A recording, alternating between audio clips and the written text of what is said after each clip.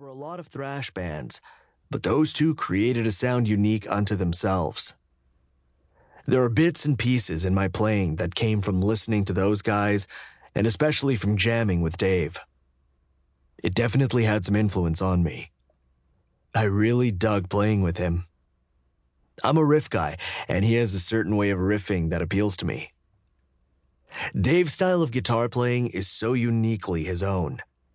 It's difficult to put into words.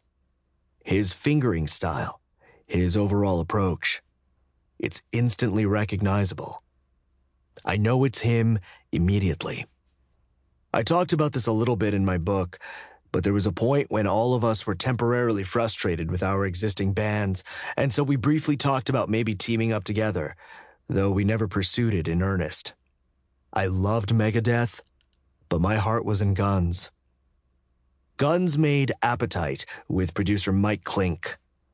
Not long before we geared up to go back into the studio to make the Use Your Illusion records, Mike told me he was working with Megadeth. "How's it going?" I'd ask. "What are you guys doing?" He'd share anecdotal info like they'd just finished vocals or they were doing overdubs, but I didn't have many details. Then I heard the record. Rust in Peace is a great album. It's a great sounding album, too. I'm a pretty big Megadeth fan. I can't think of a Megadeth album that I would consider not worthy. There's something cool and memorable on pretty much every record. Peace Sells was clearly a milestone for them, but Rust in Peace put the band on the map on a bigger scale. It broadened their audience. It made Megadeth a household name by metal standards.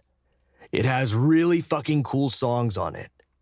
Hangar 18 is awesome. Marty Friedman is great, obviously.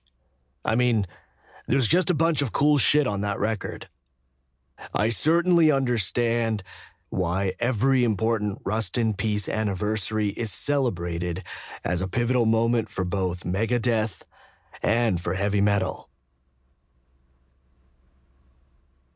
Acknowledgements.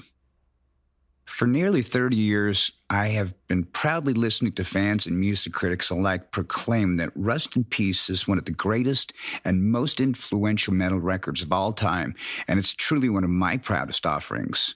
I hope to retell the tale of the writing, recording, and simply living, if you can call it that, of the Rust in Peace years.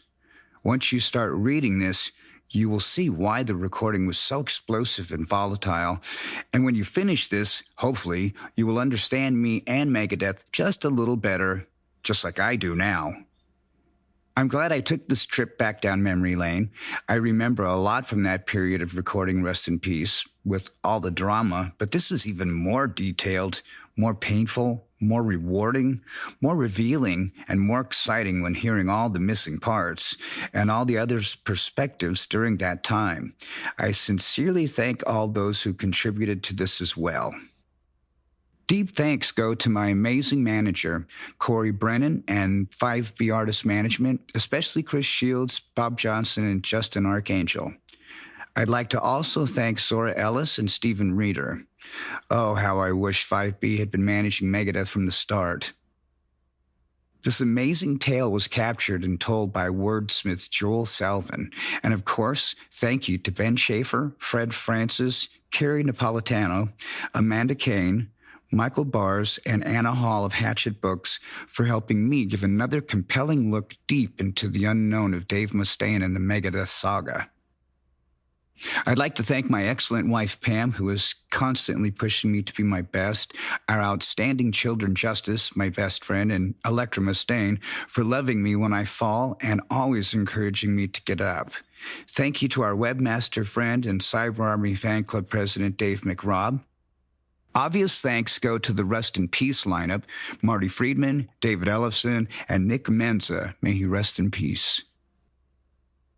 I must also thank the other members of this story, Andy Summers, Mike Clink, Micajah Ryan, Max Norman, Tony Lettieri, Randy Kertz, and Bob Nalbandian.